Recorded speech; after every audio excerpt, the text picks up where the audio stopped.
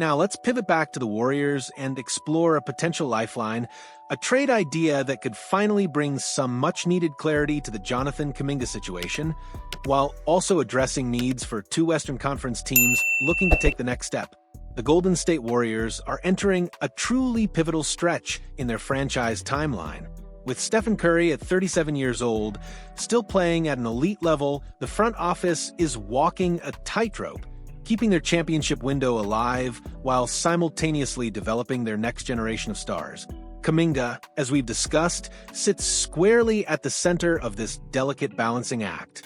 A new trade idea has emerged that could finally bring resolution for both sides. The proposed deal would see the Warriors acquire veteran guard Kentavious Caldwell-Pope and promising forward G.G. Jackson from the Memphis Grizzlies in exchange for Kaminga via a sign-and-trade agreement worth a substantial $100 million over 4 years. This transaction, if completed after August 15, 2025, due to Caldwell-Pope's trade restriction following his recent move from Orlando, could balance both rosters in intriguing ways.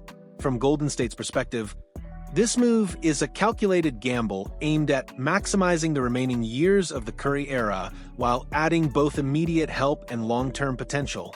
Caldwell-Pope, at 31, remains one of the league's most respected 3-and-D specialists.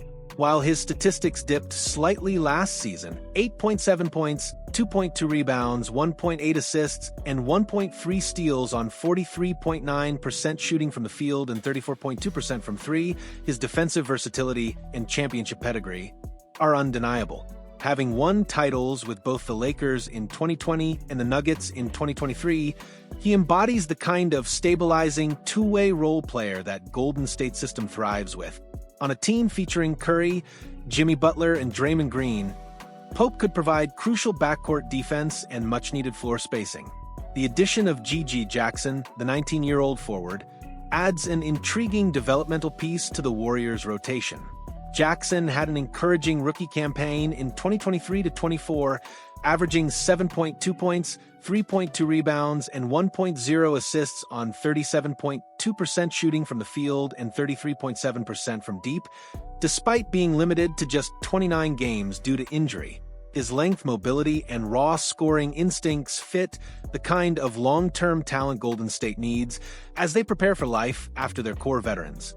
Crucially, Jackson remains on his cost-controlled rookie deal, earning just $2.2 million this year and $2.4 million next season, providing the Warriors with financial flexibility as the luxury tax looms large. For Memphis, this trade would be a bold, calculated bet on Kaminga's star potential. The 2021 7th overall pick averaged 15.3 points for 0.6 rebounds and 2.2 assists on 45.4% shooting last season, showcasing significant growth despite his fluctuating minutes and the reported tension with the Warriors' coaching staff. His combination of explosive athleticism, defensive versatility, and improved mid-range scoring could fit perfectly alongside Ja Morant, Desmond Bane, and Jaren Jackson Jr., giving the Grizzlies another dynamic forward who can thrive in transition and pressure defenses in the half-court. While Kaminga has shown flashes of being a two-way star, his relationship with Golden State has been undeniably rocky. This move to Memphis could be an ideal landing spot, offering him the chance to expand his game on a younger roster while still competing fiercely in the Western Conference. The financial logistics of this proposed sign-and-trade are workable. Kaminga's new $25 million annual salary, averaging $100 million over 4 years, would match well with Memphis' outgoing package of Caldwell-Pope's $21.6 million and Jackson's rookie-scale deal. The only real holdup is the August 15th restriction on Caldwell-Pope, which prevents him from being aggregated in a multiplayer trade until 2 months after his last transaction. If finalized, the Warriors would walk away with a proven championship role player and a young forward who can grow into a bigger role, extending their competitive window. The Grizzlies would land a high-upside forward ready to contribute now and potentially blossom into an all-star alongside their young core. And for Kaminga, it might finally mean a stable, significant role on a team ready to unleash his full, untapped potential. In the intricate tapestry of the NBA, every thread is connected, and one team's unraveling can inadvertently tighten the knot for another. The Warriors' struggle to manage Jonathan Kuminga's contract situation has, without a doubt, created an unforeseen and deeply challenging hurdle for the Indiana Pacers in their negotiations with Bennedict Mathurin. It's a stark reminder that in this league, the business side is as relentless and impactful as the on-court action. The Pacers are now faced with a brutal choice, while the Warriors might just have found a path to resolve their own internal strife. The next few months will reveal whether these teams can navigate these treacherous waters and whether these talented players will find the stability and compensation they seek. So, what are your thoughts on this complex web of NBA contracts and team dynamics? Do you agree that the Warriors' handling of Kaminga has unfairly impacted the Pacers' ability to sign Mathurin? And what about that proposed trade? Does it make sense for all three parties involved?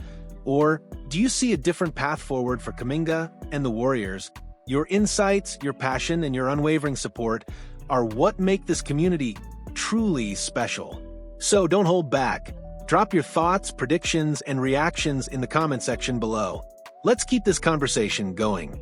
And if you want to stay on top of every single twist and turn of the NBA landscape, make sure to hit that like button and subscribe to the channel. We're here every day, bringing you the most dynamic and engaging coverage of the league we all love. Until next time, stay tuned and let the negotiations continue. Can you feel the ripple effect? The kind that starts with one team's colossal misstep and ends up slamming into another, completely innocent franchise, forcing them into an impossible corner? Because right now, the Indiana Pacers are staring down a contract nightmare with their burgeoning star, Bennedict Mathurin, and you won't believe who's to blame for this looming disaster. It's a tale of high-stakes negotiations, player empowerment, and the brutal, often unfair business of the NBA. Get ready, faithful, because the Golden State Warriors, whether they realize it or not, have just thrown a massive wrench into the Pacers' meticulously laid plans, and the consequences could be devastating for Indiana's future. Welcome to the channel. I'm your host, and today we're dissecting a situation that perfectly encapsulates the intricate, often cutthroat dance of NBA team building. This isn't just about X's and O's. It's about the psychological warfare of contract talks, the power dynamics between players and franchises, and how one team's internal chaos can reverberate across the league, leaving another scrambling to pick up the pieces. We're talking about the Golden State Warriors' ongoing messy saga with Jonathan Kuminga and how it's directly, undeniably, and unfairly screwing the Indiana Pacers in their critical extension negotiations with Bennedict Mathurin. And then, we'll explore a potential trade solution that could finally bring clarity to the Kaminga situation, offering a glimpse into how the Warriors might navigate their own turbulent waters. Let's begin with the epicenter of this league-wide tremor: the Golden State Warriors and their protracted, increasingly acrimonious standoff with young forward Jonathan Kuminga. For months, the air around the Bay Area has been thick with tension regarding Kaminga's future. The 21-year-old, a tantalizing blend of explosive athleticism and raw potential, has been a perplexing enigma within Steve Kerr's system. One moment, he's showcasing flashes of all-star brilliance, attacking the rim with ferocity and defending multiple positions with aplomb. The next, he's relegated to inconsistent minutes, seemingly struggling to find a consistent role, or, perhaps more accurately, to earn the consistent trust of his coaching staff. This inconsistency, coupled with reports of a rocky relationship and Kaminga's reported dissatisfaction with his role, has led to a full-blown contract impasse. Kaminga, entering a pivotal phase of his career, has reportedly declined a recent contract extension offer, a move that speaks volumes about his belief in his own burgeoning talent and his desire for a more prominent role. From the Warriors' perspective, this is a nightmare scenario for asset management. They drafted Kaminga 7th overall in 2021, investing significant capital and hoping he would blossom into a foundational piece for their post-Stephen Curry era.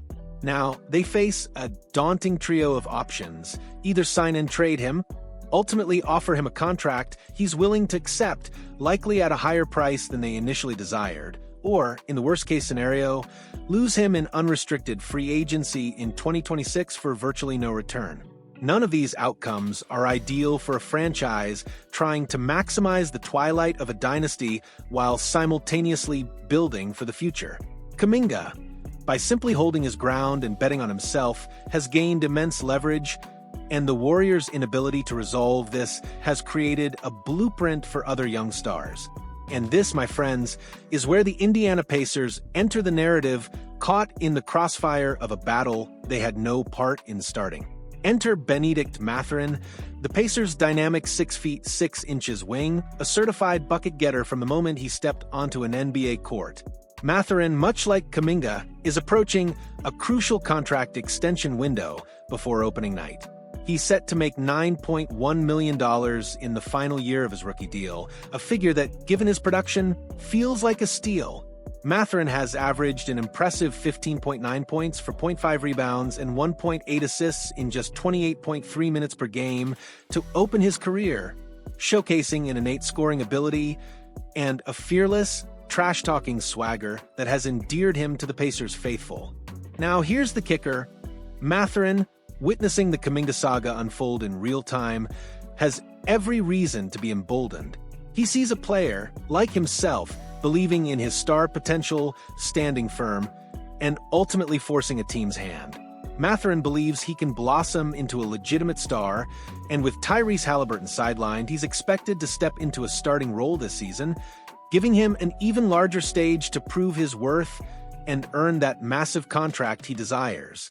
He's looking for $20 million or more per season, a number that, in the modern NBA, is becoming the standard for starting caliber players, let alone those with his scoring punch and upside. This is where the Pacers' predicament becomes truly agonizing. Everyone knows the Pacers are a franchise that traditionally shies away from the luxury tax. They're currently just $19 million below the luxury tax line in the 2026-27 season and have shown no commitment to being an annual taxpayer. This financial philosophy, while prudent for some franchises, is a ticking time bomb for a team that relies almost exclusively on drafting and developing talent.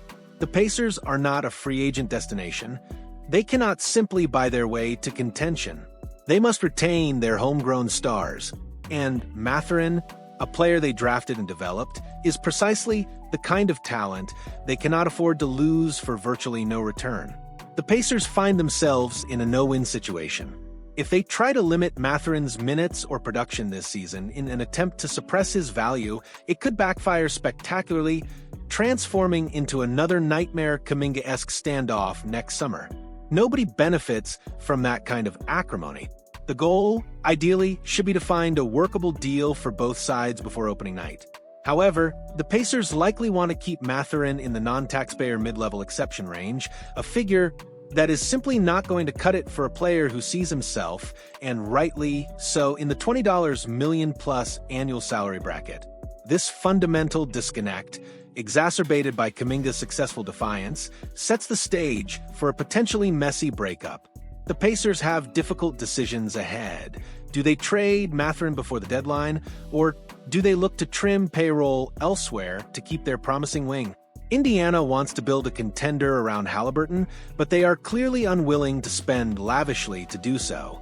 Mathurin, tragically, is the most likely casualty of the team's unwillingness to cross that luxury tax threshold. The Warriors' fumbling of Kaminga has undeniably emboldened players like Mathurin, and the Pacers, through no fault of their own, are now paying the price.